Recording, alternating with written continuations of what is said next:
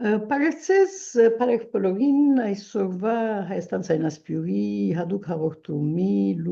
հյուրն է Աննա Հես Սարգսյան, մեկ խոսքով ներկայացնեմ Աննա Հեսը, որովհետև Աննա Հեսի մասնակցությունները մի քանիսն են, բայց մեզ հետաքրքրող մասնակցությունը այսօր խաղաղության գործընթացի խաղաղության այսպես բանակցություններում մասնակցի հանգամանքն է, Բարև ձեզ Աննա։ Բարև ձեզ Իլդա։ Շատ նյութ ունենք ձեզ հետ արձակելիք, բայց այսօր կուզեի, որ մենք խոսենք այսպես գոչված խաղաղության գործընթացի մասին Հայաստանի եւ Ադրբեջանի միջեւ։ Այսօր ուրեմն այնպես կերևի, որ խաղաղության գործընթացը գեթխոնացած է որպես այսպես բացառիկ լուծում ներկայացվող Թրամփի խաղաղության ճանապարհի, խաղաղության եւ փառքավաճման եւ այլնի ճանապարհի քարապարին վրա, գուզեի նախ ձեր ընդհանուր կարծիքը առնել, թե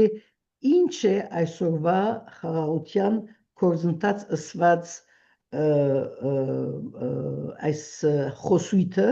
ինչի կվերապերի մեկ եւ երկրորդ արդյոք այդ քարապարը, որ ներկայացվեցավ հանրության եւ նույնիսկ միջազգային հանրության որպես Հայաստան խաղաղության ինչպես կսել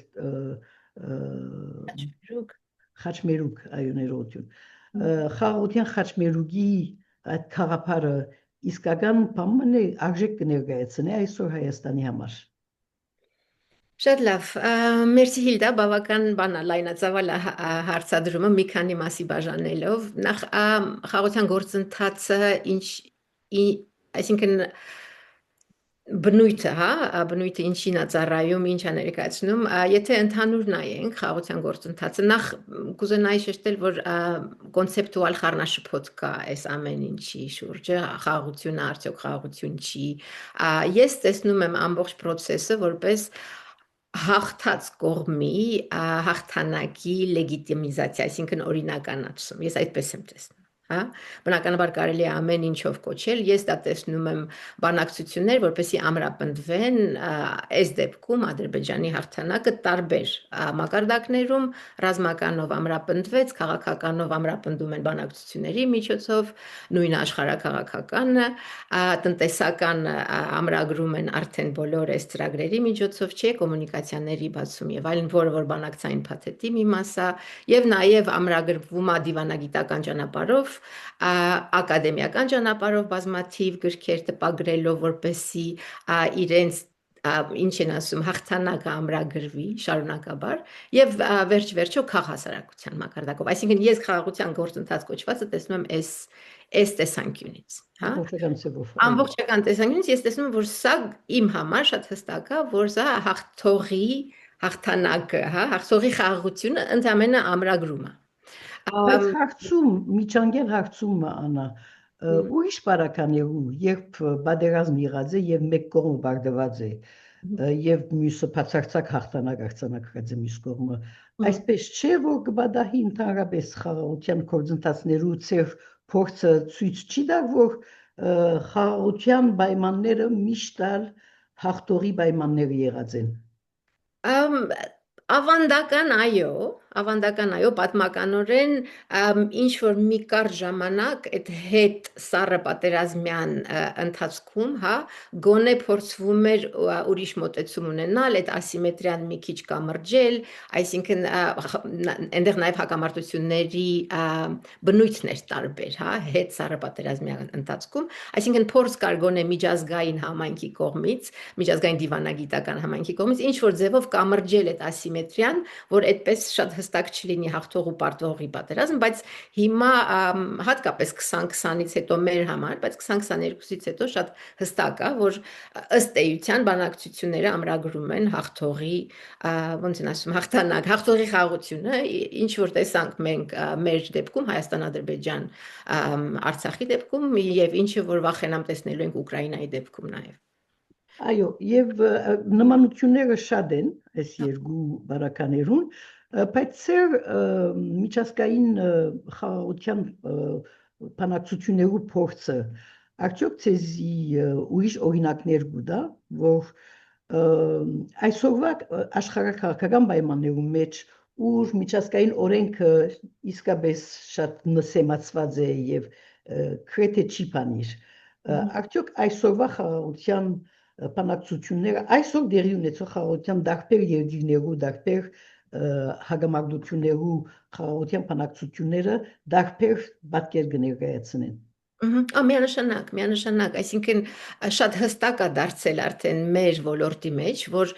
այն միջնորդությունը, որ հիմնված էր այսպես կոչված լիբերալ խաղաղության հարացույցի մեջ, չեն աշխատում, այսինքն շատ հստակ աշխատում են ռեալ պոլիտիկի օրենքները, պետությունները իրենց շահերը փորձում են լուծել ռազմական ճանապարհով, եթե միջպետական է կոնֆլիկտը, հա, բայց եթե նույնիսկ ներպետական է, էլի զինված կողմերը փորձում են հարցերը բոլոր քաղաքական լուծել ռազմական ճանապարհով ու դա հետո ամրագրել քաղաքական ճանապարհով։ Այսինքն այդ ընթացքը, որ ասեցի, հետ սառը պատերազմյան ընթացքը, երբ որ ոնց ենք ասում multilateral, հա, բազմակողմանի դիվանագիտություն կար հիմնված միջազգային նորմերի, միջազգային իրավունքի վրա եւ բանակցություններն էլ հիմնված էին այդ սկզբունքների ու նորմերի վրա, այդ framework-ը չի աշխատում։ Այսինքն շատ լուրջ ճգնաժամ է արևմտյան լիբերալ խաղաղաշինության ու բանակցային արվեստի ոլորտում, եթե կարելի է այդպես ասել, ու դա շատ հասկանալի է։ Հետևաբար բանակցությունները որպես այդպիսին արդեն այն ինչ որ ասեցինք, ամրագրվում են, այն ինչ որ հաղթանակը ռազմական ամրագրվում է քաղաքական ճանապարհով, ընդհանրապես այդքան բան, հա։ Ու նորմերը ու սկզբունքները ու միջազգային իրավունքը ցավոք սրտի արդեն ոտնատակ տրվել, այսպես ասած։ Եվ բնականաբար Արցախյան հակամարտության այս ընթացքը, Հայաստան-Ադրբեջան հակամարտության այս ընթացքը սիմպտոմատիկ է այդ ամբողջ կոնտեքստին, հա, եթե կարելի է այդպես ասել։ Ուրեմն այս միջազգային իրավիճակը խուսանավելու, մանևրելու ներ միջանցք մգծկե միայն ըստ էության տարածքը քիչ է։ Բայց արդյոք այդ միջանցքը ուրիշ հնարավորություններ կուտա Հայաստանի օրինակի համար այսօր ըստ ցեզի, որ Հայաստան չի օգտագործել եւ բանի բագասեն մեկնած, գիտելիքներու բագասեն մեկնած, կամ քաղաքական գամքի բագասեն բացակայության են մեկնած եւ այլն։ Արդյոք այդ ներմիջանցքի մեջ մանևրելու, ինչպես կսեք, այսինքն բանանելու, խուսանավելու հնարավորություններ չկան Հայաստանի համար։ Հարցը մի քիչ շատ ընդհանրական է, Հիլդա, բայց ավելի բանի դիվանագիտական բանի մասին է խոսիմ։ Ես կարծում եմ, որ բնականաբար տարածքը բավականին քիչ է Հայաստանի համար, որովհետև քանի որ ըստ էության հիմա այս կոնտեքստուալ փոփոխությունների մեջ մեծ տերությունները կամ ռեգիոնալ տերությունները դեռ բան են, ինչ են ասում, շարժի մեջ են, դեռ դինամիկ են, դեռ հաստատված չի նոր աշխարհակարգը, այսպես ասած, հա, այդ բազմաբևեռության process-ը դեռ շարունակվում է, որտեղ հաստատուն չի, հետևաբար այդ process-ի ժամանակ Հայաստանի պես երկրի համար բնականաբար շատ դժվար է տեղավորվել, որովհետև փորձում է Հայաստանի կառավարությունը, ասենք, դիվերսիֆիկացնել դաշինքները, բայց ըստ էության այդ ուժային դաշինքները դեռ հələ հաստատված չեն, դեռ շարժուն են, որ պահանջում է ղեկավարներից կամ իշխանությունից բավականին մեծ ճկունություն, ինտելեկտուալ խիզախություն, հա, չգիտեմ, եւ հազար ու մի ուրիշ ռեսուրս, որ ցավոք այսօր չենք տեսնում։ Այսինքն դժվարանում է արդեն օբյեկտիվ պատճառները սուբյեկտիվ պատճառներով։ Հետևաբար, եթե հետ գանք առաջին ձեր հարցին, ամեն ինչի լուծումը, այդպես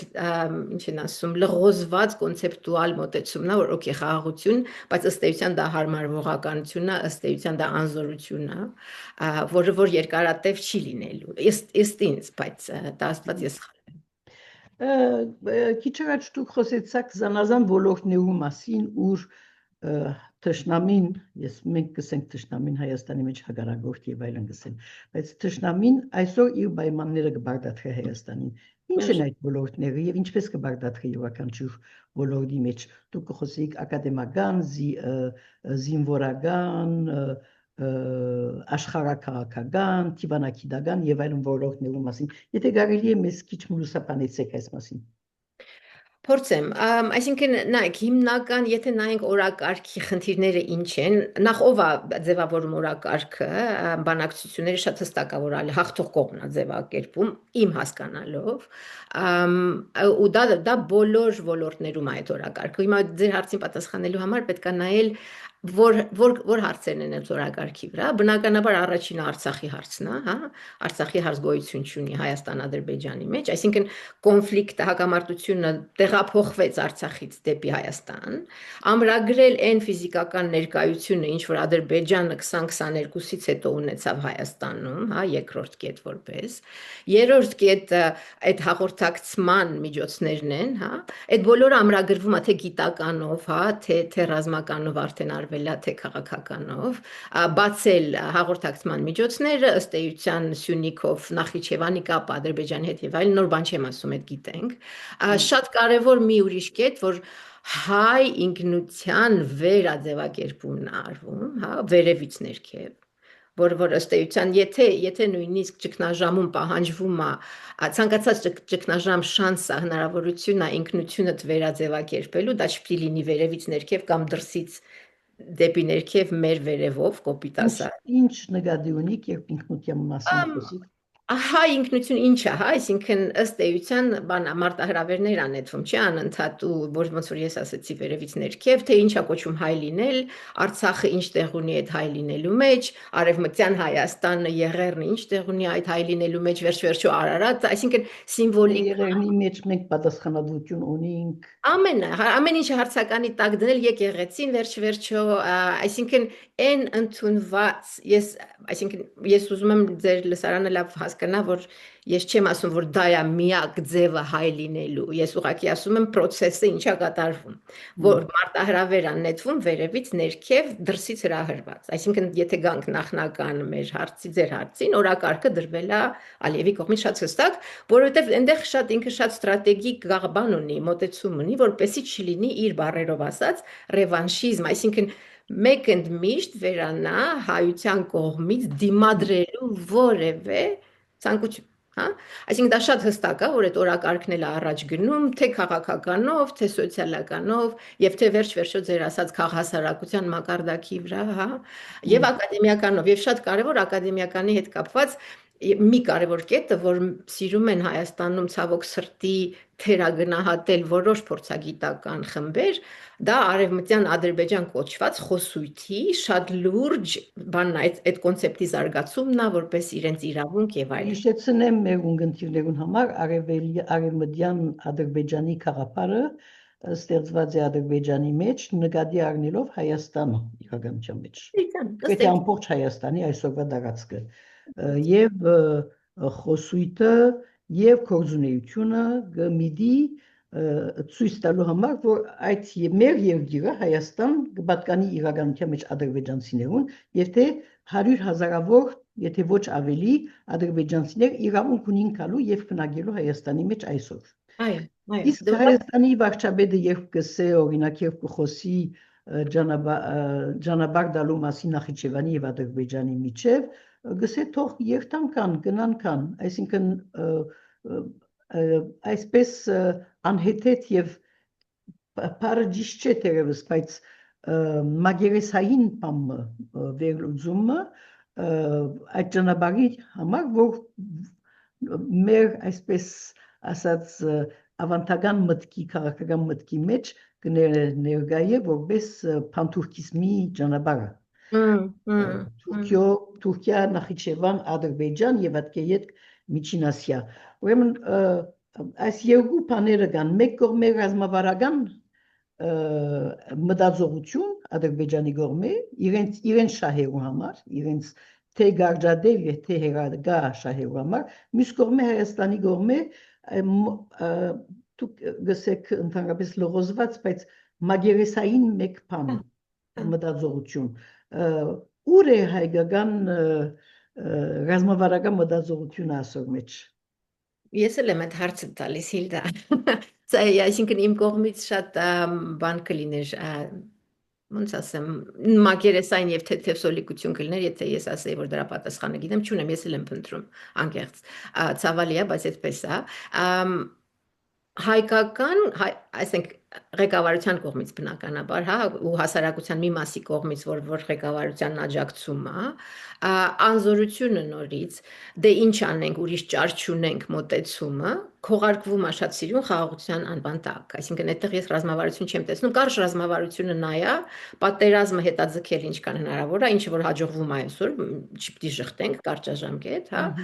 բայց հիմնանպատակը ըստ ինձ դա վերընտրվելու, վերարտադրվելու, քաղաքական կոնսոլիդացիան ապահովելու տվյալ ղեկավարող կառավարման կուսակցության համար շատ հստակ է, այսինքն ըստ էության ստացվում է նենց, որ խաղաղության գործընթացը կամ բանակցային գործընթացը շատ հեշտ ու շատ ճիշտ ձևով օգտագործվում է ներկայիս ղեկավարող ուժի կողմից վերարտադրվելու եւ վերընտրվելու։ Դառնում է խաղաղության process-ը, բանակցային process-ը ըստ էության խաղաքարտ բոլորի ձեռքում, նաև ընդդիմության ձեռքում, նաև աշխարհաքաղաքական բոլոր ուժերի ձեռքում, որովհետև շատ հստակ է, արդեն կարծում եմ, որ բոլորին հստակ է, որ տարբեր ուժեր դրսից աջակցում են տարբեր քաղաքական ուժերի ներսում ու ըստ էության Հայաստանում թե խաղաղաշինության process-ը, բանակցային process-ը եւ թե ընտրությունների process-ը աշխարհաքաղաքական բան է, էլի, կռվախնձոր, այսպես ասեմ։ Դուք նաև ուրեմն ձեր գործի մասնակցության փերումով նաև եղած եք դիվանագիտական շրջանակներու հետ կապի մեջ մնայուն գերբով եւ ես կուզեի ցեզի հարցնել թե դիվանագիտական մագարտակի վրա Հայաստանի քաղաքականությունը ինչպես կգնահատեք այսօր գխոսվի հերա անհասկանալի մեկ կացություն կա ինձ համար առնվազն անհասկանալի մեկ կողմէ ուրեմն վարչապետի շրջանակը գխոսի շրջաբադը ներողություն գխոսի Ռուսաստանին հերանալու մասին մյուս կողմէ ցերկով ոտքով Ռուսաստանին գախված է Հայաստան զանազան բաներու վրա եւ գիտենք թե Ռուսաստանը արևմտյան երկիր չէ այսինքն soft փափուկ քաղաքականություն չի վարել ընդհանրապես շատ գոշտ քաղաքականություն գվարել եւ այս բոլորի արժեվ ինչպես կարելի է գնահատել այսօրվա գոհնորոշումները թեպի արևմուտք կամ թեպի Ռուսաստան եւ թերևս ավելի հերու թեպի արևելք ինչպես կարելի է գնահատել ես կարծում եմ որ էլի նույն ինչ են ասում ելակետն է Հիլդա մոտեցումը գալիս է անզորությունից եւ մի քիչ էլ պատեհապաշտությունից այսինքն շատ ըստ ես ենթադրում եմ ըստ իրենք մտածում են որ շատ ճկուն խաղ են խաղում որովհետեւ փորձում են պատեհապաշտ բոլորի հետ եւ ոչ մեկի հետ բայց ես դա կարծում եմ շատ մակերեսային է ու ելակետը նորից անզորությունն է որովհետեւ մի բանն է խոսույթի մակարդակով մյուս բանն է իրականություն ոնց որ դուք ասեցիք ու այնտեղ շատ բաներ կան ինչ են ասում հակասություններ կան հիմա դրա ժամանակը չունենք որ խորանանք բայց ըստ էության ձեր ասացի պես Ռուսաստանի հետ կապը նարատիվի վրա միգուցե քանդվել է ինչ որ սիմվոլիկ տեղեր հեռացել են դիվերսիֆիկացնում ինչ որ շատ ճիշտ է իհարկե բնականաբար պիտի մենք խոսել ենք ձեր մասին ձեր հետ այդ մասին որ պետքա issue based alliance-ներ հա ոնց ենք ասում ըստ կետերի ըստ խնդիրների դաշնակիցներ ունենալ ֆրանսերեն ad hoc հա այո ad hoc հա երևի ավելի շատ բանն պատեհ այսինքն որ ստացվի այսինքն ոչ թե մի գծով այլ խառը չէ տարբեր ինչևից է բայց եթե յուրաքանչյուր բարակայի համար exactly մեկ լուծում այդպես Okay, հա, ինչի՞ չէ, բայց ես մտածում եմ, որ գալիս բանա, նախ այդ դայքոթոմին, հա, այդ տարբերությունը հակասությունը մեծ է իրականի եւ ցանկալի եւ խոսույթի, եւ ինձ թվում է բոլորն են հասկանում դա, թե Ռուսաստանը, թե Արևմուտքը, թե ղեկավարությունը եւ վերջապես թե ընդդիմությունը, բայց խաղում են այդ պատեհապաշտական բանի մեջ, խոսույթների եւ իրականության մեջ, մինչեւ որ իրենց թակարդը կընկնեն ինչ որ մի պահի Էդ էլ կլինի ինչ են սովական դժբախտաբար, այո, դժբախտաբար պետության համար, դժբախտաբար հասարակության համար։ Հասարակության համար։ Հիմա ուրեմն վերադառնանք Աննա, եթե գալի է այդ խաղաղության գործընթացի ոլորտներուն։ Ուր գսեինք, որ խաղաղության պայմանները բոլոր մագարտակներու վրա, բոլոր ոլորտներու մեջ թելաթրված են ցեղբանով, հասկացողությամբ թելաթրված բառը արևմտահայերենի մեջ տարբեր իմաստ ունի, բայց որոշված են իրականության մեջ Ադրբեջանի կողմէ։ Խոսենք օրինակ քաղաքացիական հասարակության գործունեության մասին։ Ինչ է այսօր այդ օրինակ Բաքվի հանդիպումները խումբ հայեր Ադրբեջան քննարկեցին, ատկի առաջ խումբ ազերիներ Հայաստան եկան եւ տեսանք, որ այդ խումբ ազերիներու մեջ ակտիվիստներ կային, որոնք Ադրբեջանի կողմէ կորզածված էին, օգտագործված էին Ղարաբաղի թեմ եկած եւ Ղարաբաղի շրջափակումը այսպես բանրած էին հաստատած էին եւ արդարացուցած էին իբրև թե գենսոլորտի խնդիրներով եւ այլն եւ այլն։ Ուրեմն կտեսնենք, որ այդ հանդիպումները իրականության մեջ քաղաքացիական հանդիպումներ են արդյոք, թե ուրիշ տեսակի հանդիպումներ են։ Okay, փորձեմ մի քանի բան ասել, մտքերս կիսել ձեր հետ Հիլդա։ Ուրեմն քաղաքացիական են անշուշտ, գոնե բանի ֆասադի վրա, բայց դա ինչ է նշանակում, զարմանալու ոչինչ չկա, որ այդ հանդիպումների մեջ նախ ասեմ, որ դրանք նոր չեն, այդ հանդիպումները շատ երկար ժամանակ եղել են փակ ֆորմատով։ Հիմա քանի որ ավելի հասարակայնացնում են բանակցությունների թե բնույթը, թե բովանդակությունը եւ թե ֆորմատը, բնականաբար դուրս որոշեցին արդեն կիսվել լայն հասարակությունների հետ, որ նման բան է կատարվում, այսինքն դա նոր չի էս Բաքվի ու Երևանի այս հանդիպումները, նոր բանը է նա, որ ամբողջ բանի ընթացքին վերջին 30 տարիներու ընթացքին այդ բաները եղած են, հանդիպումներ եղած են։ Այո, բայց ընդհանրապես այդ հանդիպումները իսկական քաղաքացիական նախաձեռնություն են։ Ասենց ասեմ, հիմա ինչպես եղած է եւ այսօր ինչպես է ներողություն։ Չէ, ոչ մի խնդիր, ես կներեք, հա։ Zoom-ը երբ որ դանդաղում է, ես էլ միաժամանակ եմ խոսում։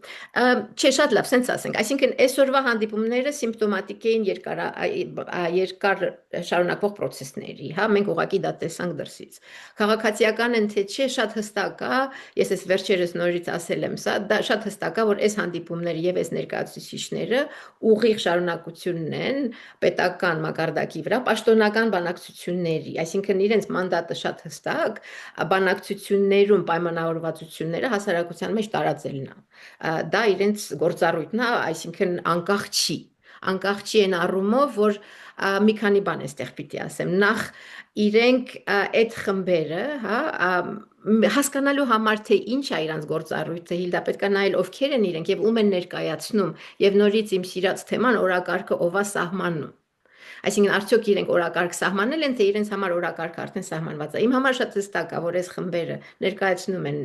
բանը համապատասխան կառավարություններ Ադրբեջան, Հայաստան, իրենց օրակարգը սահմանված է պաշտոնական բանակցային process-ից եկող, հա, բանով օրակարգային կետերով, եւ բնականաբար իրենց մանդատը դա տարածելն է հասարակության մեջ, դա ընդունված մոտեցում է։ Ադրբեջանի հետաքրքիր տարբերություն կա այստեղ նաեւ, Հիլդա, եթե թույլ տաք ասեմ, ուրեմն երկար ժամանակ Ադրբեջանում բնականաբար այդ գոնգո կոչվածներն են միշտ եղել, այսինքն governmental, non-governmental organizations, կառավարական, ոչ կառավարական կազմակերպություններ։ Հայաստանում հակառակ դրան մինչև 18-ը շատ ակտիվ, բայց հասարակությունից կտրված քաղաքասարակություն է եղել։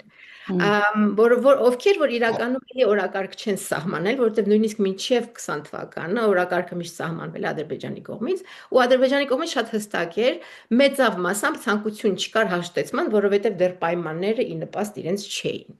20-ից հետո նայեք ինչա կատարվում մեր մոտ։ Այսինքն այդ պղպջակը, որ ես սիրում եմ ասել, կտրված էր լայն հասարակությունից մեր մոտ, գնում էին, մասնակցում էին բոլոր այդ հանդիպումներին, հա, խոսում էին նույն թեմաների մասին, ինչ որ Ադրբեջանը առաջ էր քաշում, որպես պարտված կողմ, հա, որպես զոհ ըստ էության, մերոնք էլ մտնում էին այդ օրակարգի մեջ։ Հիմա 20-ից հետո ինչ եղավ, շատ հետաքրքիր բան եղավ,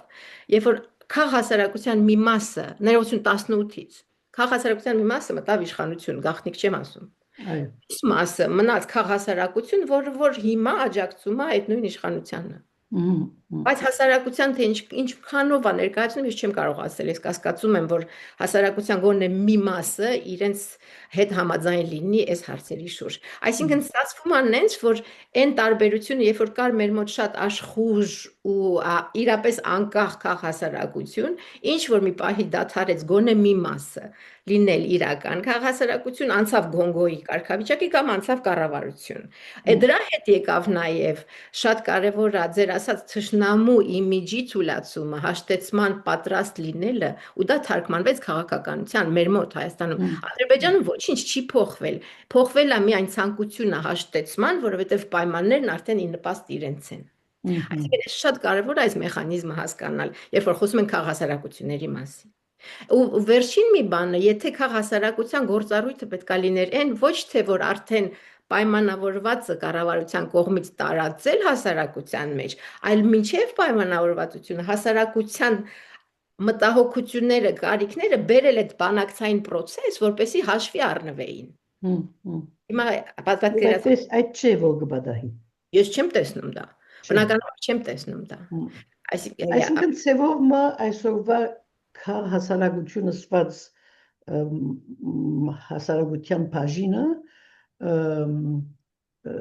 ժողովուրդին գդրված մեկ բան է, ես միանք բեդության, այս ոչ թե բեդության, գարավարության օրագարկն է որ գբաշխվան է եւ ոչ թե ժողովուրդին փխած, այսինքն հասարակութենեն փխած գարձիկներ, խոսույթներ եւ ծրագիրներ։ Հատկապես բանակցային process-ի հետ կապված, այն ինչ որ տեսնում ենք երևելի քաղաքասարակությունը իմ կարծիքով այո կտրված է, որովհետև նախ հասարակության, այսինքն sense ասեմ, այն մարդիկ բնակչություն, ովքեր որ ազդվել են հակամարտությունից ուղիղ ձևով, լինի դա արցախցին, լինի դա տավուշցին, թե վարդենիսցին, թե կապանցին, նրանց կարիքները, նրանց մտահոգությունները, նրանց վախերը, անվտանգության հետ կապված, ես ինչ գիտեմ, ամեն ինչի հետ կապված ներառվել են բանակցային process-ի մեջ, թե չէ, ես վստահորեն կարող եմ ասել, որ ոչ։ Այսինքն այն մասը, բայց ես չեմ ուզում ամբողջ քաղաքասարակության մասին խոսել, միայն այն մասը, որ երևելի է բանակցային process-ում։ Ես վստահ եմ կան քաղաքասարակության մի մասը գոնե, որ ապաթիայի մեջ է, որովհետև չգիտի ոնց ազդի կառավարության վրա, հիասթափված է, բայց ոչինչ չի կարողանում անել։ Մյուս մասը հիասթափված է ու հայ-ադրբեջանական հանդիպումներին չի մասնակցում, այդպես մարդիկ էլ կան։ Այսինքն չեմ բոլորին ընդհանրացնել, բայց այն երևելի մասը վստահելի կտրված, այսինքն շատ հստակ է, որ իրենց մանդատը հիմա տարածելն է կառավարությունների որոշումը լայն հասարակության մեջ, որտեղ ըստ էության բոլոր տեղերում էլ, բոլոր կոնտեքստներում էլ քաղաքասարակությունը դրա համար են սարքում, բանը կրթում, պատրաստում, որ մի օր ժամանակը գա, որ հասարակություններում իրենք տարածեն խաղաղության չգիտեմ, ձայնը, որոշումները, պայմանագրերը, հա, այդպես։ Անա այս մյուտի մասին ուրիշը սելիք ունիք, ընդհանրապես հասարակության մասին։ Ասելիքները շատ են Հիլդա, բայց ես մի խնդիր ունեմ, որ վերջերս շատ թեթև դրա մասին խոսացի,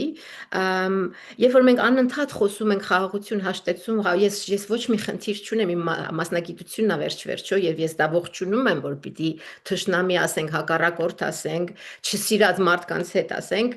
կամ մարդիկ ովքեր որ ուզում են մեզ սպանեն, իրենց հետ խոսալ։ Ես դրան կողմ եմ, բայց այստեղ ես ուրիշ խնդիր ունեմ, երբ որ մեր հասարակությունը այսօրվա հայ հասարակությունը, հայաստանյան հասարակությունը, պարակտված ու բևեռացվածը ավելի քան երբևիցե եղել է,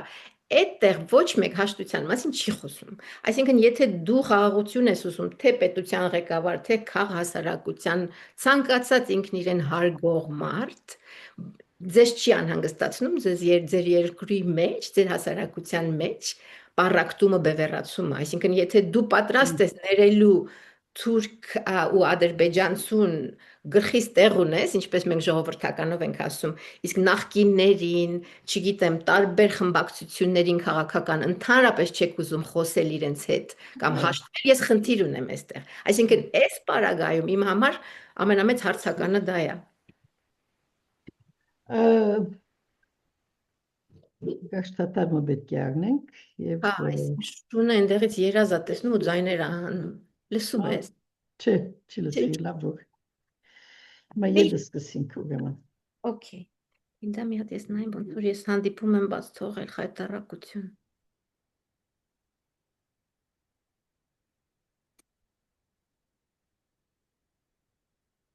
սկսենք։ Իլդա մեկ վարքյան կտաս, ինձ խնդրեմ։ Ես Նոր տեսա, որ հանդիպում եմ բաց թողել։ արձանակությունը գեցնեմ այն այդ։ Okay. Okay, կներես, հա։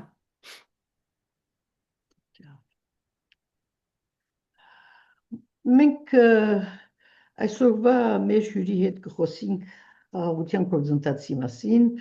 Անահես Սարգսյան, որ խաղաղության բանակցություններու փորձագետ, մասնակից է միջազգային հարաբերություններու եւ ինչպես նաեւ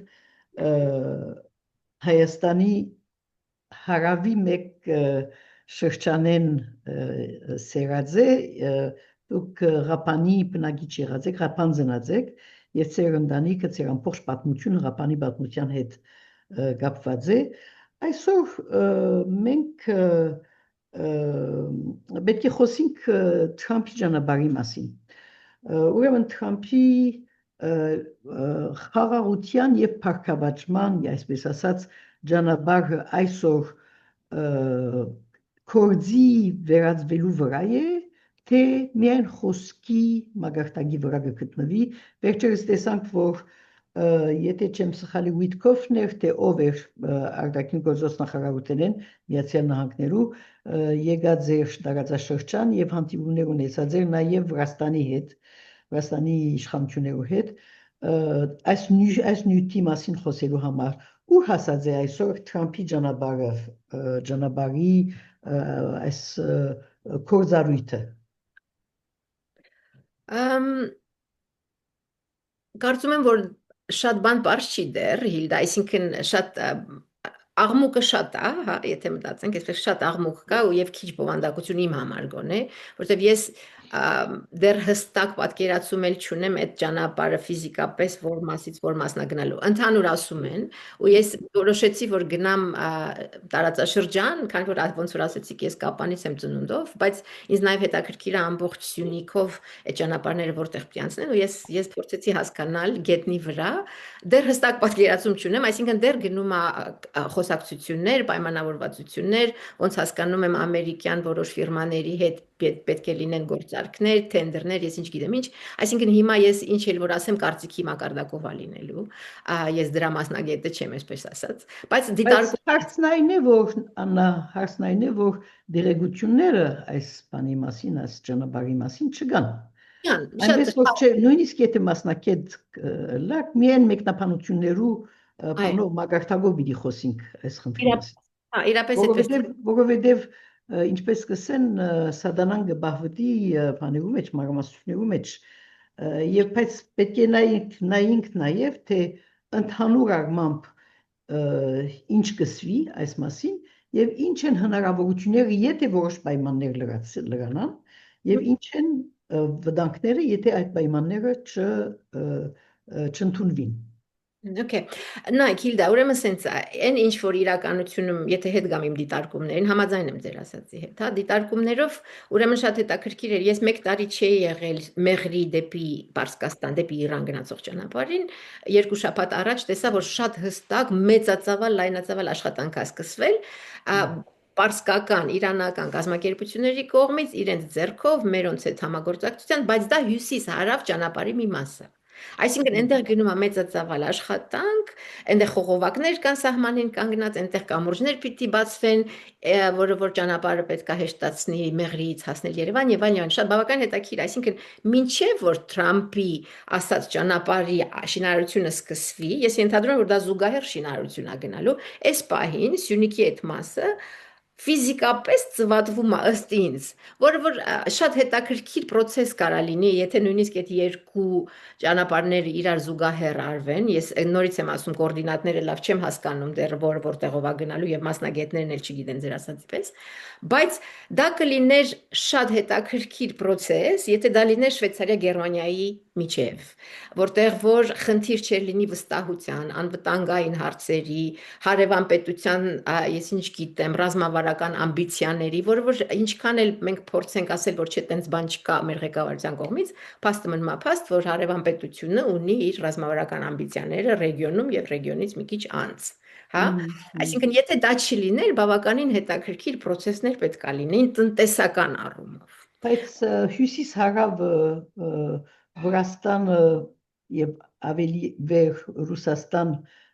մինչև Հայաստանին անցնելով մինչև Իրան կացող ճանապարհն է, չէ՞։ Ահա, հիմա սա Հայաստանի մասն է, որ Պարսկաստանն է անում, պարսկական գազམ་ակերպությունները, որը ես մանրամասները լավ չեմ հասկացել, բայց ըստ էության 3 տարի թենդերը շահել էին, բայց չէին սկսում հայկական կողմից աշխատանք։ Հիմա մեկ Թրամփի այս ամեն աղմուկից հետո օգոստոս ինչ էր 8-ից հետո սկսվեց ակտիվ աշխատանք, ինձ ասեցին, որ մի տարի է որ սկսվել։ Այսինքն ես վերջին անգամ եղել եմ 24 թվականի սեպտեմբերին ոչ մի աշխատանք չկար, հիմա 25 թվականի ինչ ենք նոյեմբեր ենք, լայնածավալ աշխատանք է գնում այդ մասում։ Բայց ըստ էության, նորից եմ ասում, Հիլդա, եթե մենք չունենայինք անվտանգային խնդիր, պետականության խարխլման, այդ մեր դեմոկրատիա կոչվածի խարխլման խնդիր, շատ հետաքրքիր process-ներ պետք է լինեին։ Բայց հիմա, երբ որ նայում ես դրան համարժեք, որտեղ Հայաստանի, այսինքն Սյունիքից մինչև Վայոց ձոր գնում ես, ընդերքն էլ է քանդվում Հայաստանի, ըստ էության հիմա մի քիչ զգացմունքային կարող է հնչի, բայց ես տեսնում եմ Հայաստանը ֆիզիկապես էլ է ձվատվում, հա։ Բզկտվում, ճիշտ հենց այդպես, հակառակ որ հասկանում եմ տնտեսական խնդիրները եւ այլն։ Այսինքն մի կողմից ընդերքն է հանվում պետության կողմից, որտեղ տնտեսությունը կարիք ունի դրան, դրա հետ միաժամանակ շրջակա միջավայրը մի աղետալի մի բան է ստացվում, ազդեցությունը, հումքը դուրս է գալիս, քաշը դուրս է գալիս, պետությունը բզկտվում է, օքեյ, տնտեսական շահ ունենք։ Մյուս կողմից աշխարհաքաղաքական հետաքրքիր process-ներ ա գնում ֆիզիկական ճանապարհների ստեղծման միջոցով։ Այսինքն Իրան, որը որ հյուսիս-հարավի այդ մասն է անում, եւ ունենալու ենք նահանգներ, որը որ գիտենք հարաբերությունը Իրանի հետ եւ այլն, այնտեղ պարալել Հայաստանում երկուսով պիտի այդ ճանապարհը անեն ու ղեկավարեն, շատ հետաքրքիր բան պիտի ստացվի։ Այն ժամանակ, երբ որ Հայաստանի ղեկավարը կարծեմ ես վերջերս ասեց, որ մենք Հայաստանը աշխարհաքաղաքական թակարդից դուրս ենք անել, իմ տեսնելով մենք ճիշտ շատ սիրուն տեղավորված ենք այդ թակարդի մեջ։ Իսկ Թրամփի ճանապարհը որբեսի իօգուտ Հայաստանի կորձե ինչ պետք է ինչ փաղաթիչ պետք է ունենա իր մեջ։ Այսինքն այս նորից առանց շատ վերլուծելու պետք է ասեմ, Հիլդա անկեղծ ասեմ, պետք է լինի շատ հստակ անվտանգային երաշխիք, այսինքն ում տնօրինության տակ է լինելու այդ ճանապարհը, ով անվտանգությունն ապահովելու եւ վերջ-վերջո եթե շահույթներ լինեն, դա ուրա գնալու։ Շատ ամենատրամաբանական պատասխանն է իմ կողմից։ Շրջապատման առումով Հայաստանը պիտի ապա շրջապատվի Թրամփի ճանապարհով։ Տեսականորեն այո, բայց ես վախենում եմ, որ դա կարող է շատ հակառակ էֆեկտ ունենալ, նայած Ադրբեջանը ինչ ֆիզիկական ներկայություն կպահանջի այնտեղ։ Այսինքն հենց այս նոր պատասխանից շատ ներողություն, ուրեմն Թրամփի ճանապարհը Հայաստանի այսօրվա տարածքի վրա է։ Ես տենց եմ հասկանում, այո։ Ուրեմն ադոր փոխարեն, այսինքն ադրբեջանական կամ ուրիշ երկրներու Ադրբեջանին եկող բեռնադարները կամ չեմ գիտեմ, եթե երկաթուղի պիտի կառուցվի վագոնները պիտի օգտագործեն հայկական տարածքը, բայց հայկական բեռնադարները ադրբեջանական կամ Նախիջևանի եւ կամ չեմ գիտեմ ուղղակի Ադրբեջան անցնելու հնարավորություն պիտի ունենան։ Չեմ կարող չգա։ Ինֆորմացիա չունեմ ես, այսինքն այն մեկը չունի այդ ինֆորմացիան։ Որովհետև այդ մասին չի խոսված։ Ինչ խոսած, օքեյ, Երբ չի խոսված, կնշանակի որ այդ բանը գոյություն չունի։ Խնդրահարույց է, այո։ Ուրեմն ապա շրջապատման այդ խաղապարը, որ 9 նոյեմբերի համաձայնագրի մեջ կար, այդ երյակ համաձայնագրի մեջ կար, եւ այսօր գխոսվի Թրամփի ճանապարհի մասին, որպես Հայաստանի ապա շրջապատման մեկ կորձիկազգազմ բոլորովին բան է, միագողմանի մեկ բան գտե։ Միագողմանի շահապեր Ադրբեջանի համար եւ Թուրքիա համար շահապեր մեկ ճանապարհ է։ ուրեմն ես կուզեի վերջին բաժինը հատկացնել նաև չխոսենք եկեղեցու թեմ եղած այ հարցակումներու եւ այլնի մասին, բայց դուք արդեն խոսեցաք մեր ինքնության որպես բաղադրիչ եկեղեցին կտեսնեք, գուզեի այսօր վերջերս հրապարակված փաստաթուղթերու մասին խոսիլ, ուրեմն վարչապետը, վարչագազմը, չեմ գիտեմ ով խորհրդարաններ, թե կառավարություններ հրապարակած է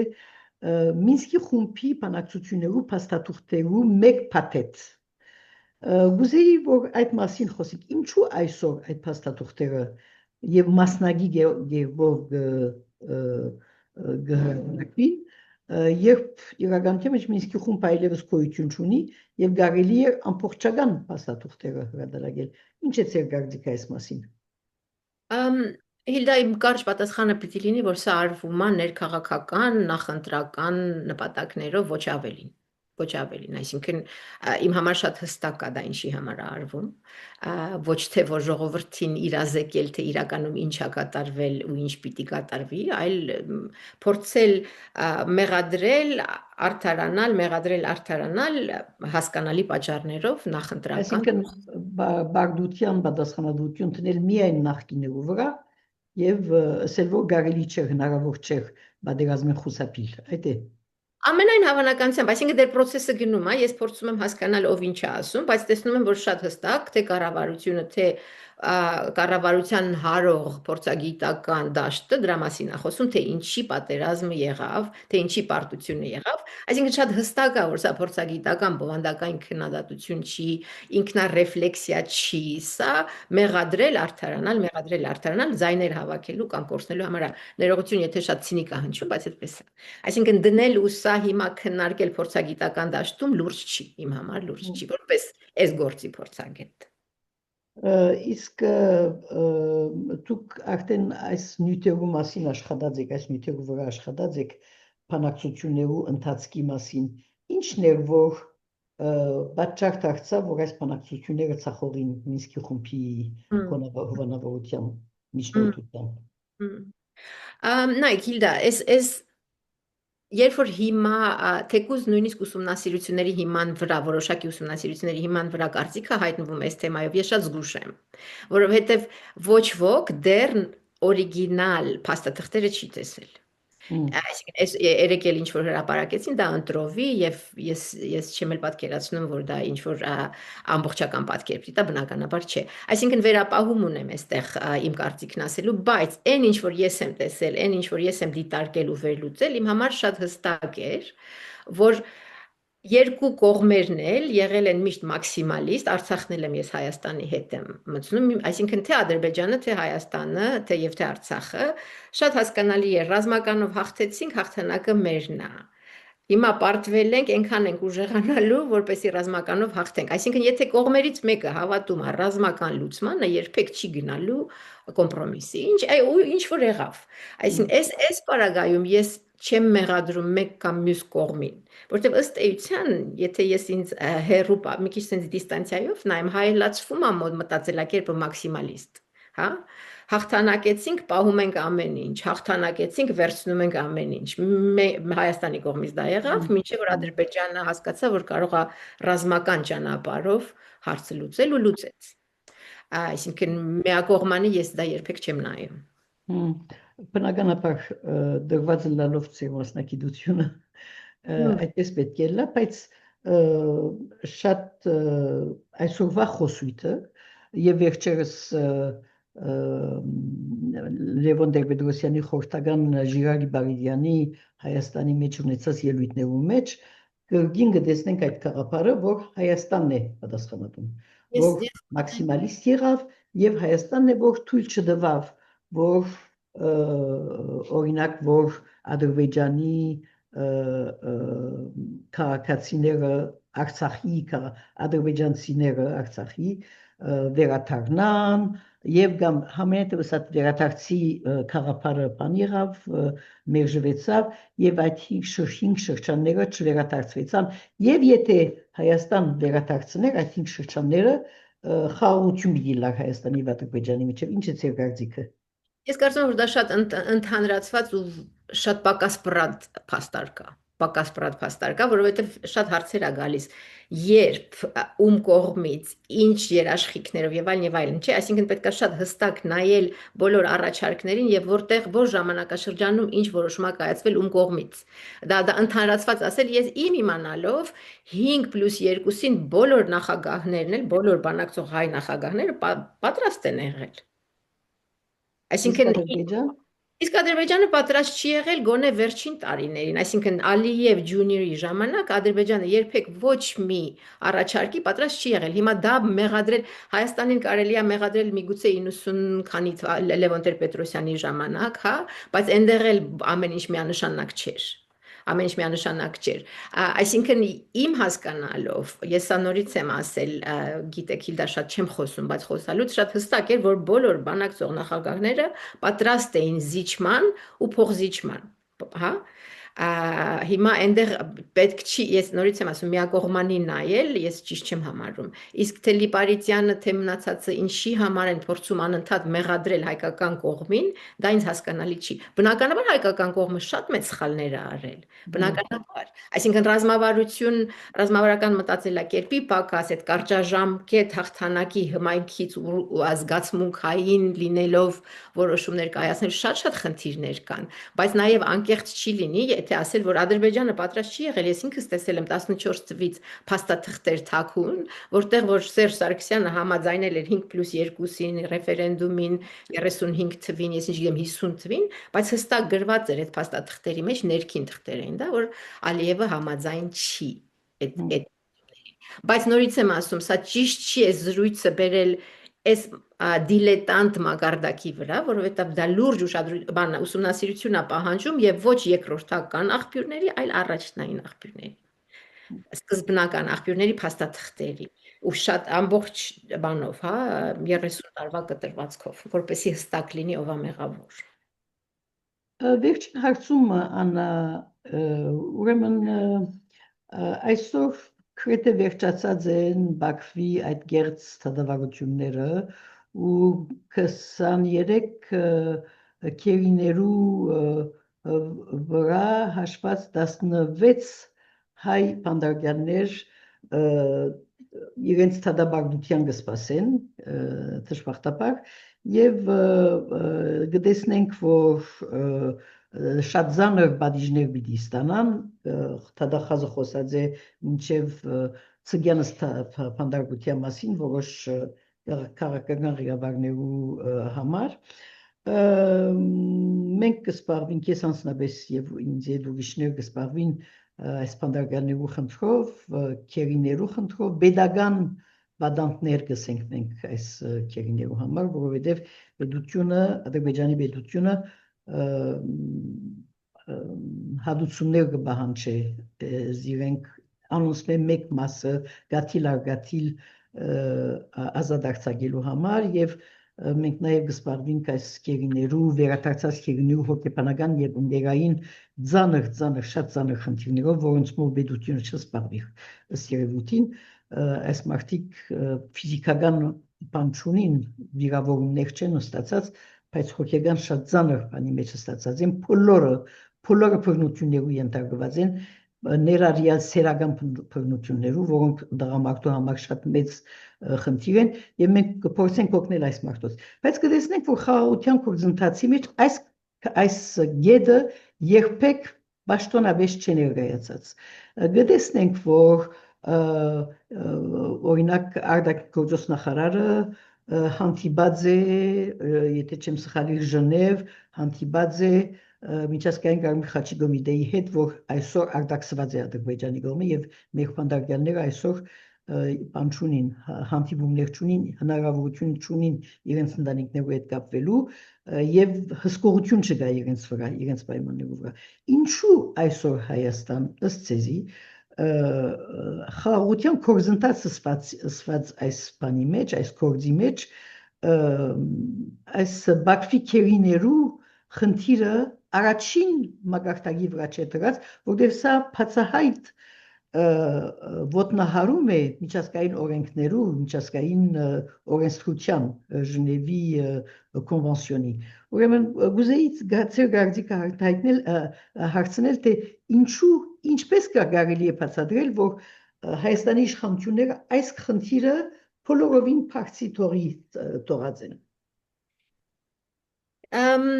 Ամենավերջին բանը, որ կուզենայի անել Հիլդա, Հայաստանի կառավարության քայլերը մեկնաբանելն է եւ բացատրություն փնտրելն է, բայց ուզում եմ դա կապել, այսինքն շատ կարճ պատասխանս պիտի լինի, որ օրակարգի սահմանում, ով է սահմանում բանակցությունների օրակարգը, ինչ որ նախ սկզբում խոսեցինք մեր զրույցի, բնականաբար Ադրբեջանն է սահմանում, ես տենց կարող եմ պատասխանել, սահմանում է Ադրբեջանը իրեն հետաքրքրող հարցերը որպես օրակարգ բանակցությունների եւ ըստ դրանց առաջ են գնում։ Հիմա ես ուզում եմ ինչ որտեղ թողնել Հայաստանի ղեկավարության համար, մտածելով, որ իրենք միգուցե փակ ֆորմատով դրա մասին խոսում են։ Ես շատ կասկածում եմ, որտեղ ես անկեղծ պիտի ասեմ, փորձեցի հասկանալ դրան հետևով արդյոք գոնե փակ ֆորմատում խոսացվում է սրա մասին, օքեյ է, որ հասարակությանը չասեք, բայց գոնե խոսում եք փակ դռների հետևում, պատասխանը միանշանակ չէր, ավելի շատ հակված եմ մտածելու, որ այդ թեման փակված է, բայց ով գիտի, չէ, այսինքն թողնենք այդ լուսամուտը, մտածենք, որ ով գիտի, բայց արդյունքը պիտի ցույց տա դրա համար, չէ։ Ու արդյունքը տեսնում ենք։ Հիմա ես նորից չեմ զարմանա,